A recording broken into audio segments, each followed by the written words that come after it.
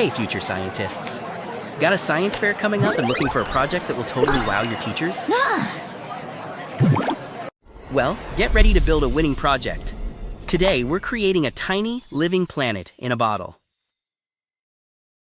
It's a super cool experiment, but remember the first rule of any great scientist. Always get a grown-up's help to set things up. So what's an ecosystem?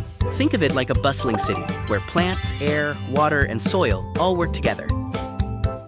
In this city, everything is connected and recycled, so nothing goes to waste. It's the ultimate teamwork. Ready to be a planet architect? Let's gather our world-building materials for your amazing science fair entry. You'll need a large, clear glass bottle with a cap, some small pebbles or gravel, and some good soil.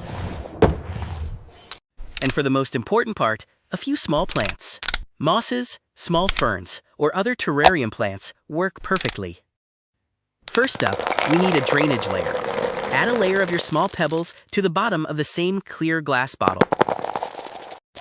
This is super important. It stops water from turning the soil into a swamp and gives the plant roots room to breathe. Next, add a layer of soil on top of the pebbles, about 2 to 3 inches deep. This will be the food for our plants. Now for the fun part. Carefully place your small plants into the soil.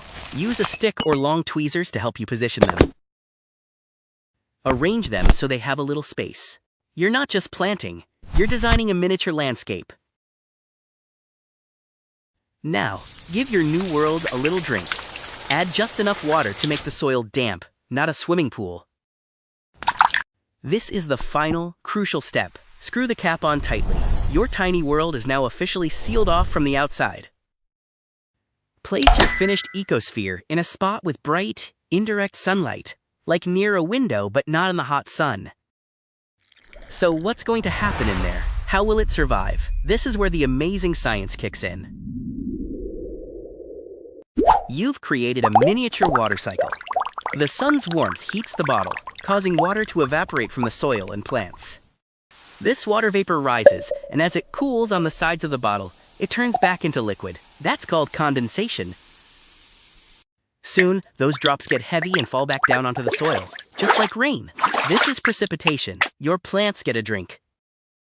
This cycle of evaporation, condensation, and precipitation will repeat over and over, so your plants will never go thirsty. Okay, so they have water. But what about air? We breathe oxygen, and so do plants at night. Won't they run out? Nope, thanks to a superpowered process called photosynthesis. During the day, plants are like tiny green chefs. They use sunlight for energy, water from the soil, and they breathe in the bad air we breathe out, called carbon dioxide. They mix it all together to make their own sugary food, and then release the thing we need to breathe, fresh oxygen. Then at night, the plant breathes in some of that oxygen and releases carbon dioxide in a process called respiration. This creates a perfect balance. The plant makes exactly the air it needs to survive. A completely self-sufficient world. Water recycles itself, and the air recycles itself. How cool is that? Now you get to be the scientist. Observe your bottle every day. You might see the rain on the sides, or notice your plants growing. You've built more than just a craft. You've built a living, breathing model of our own planet Earth for your science fair. So go on, give it a try. Build your own planet in a bottle. Thanks for exploring with us. Stay curious. If you like this video, like, share, and subscribe to Tender Intellects for more such fun videos.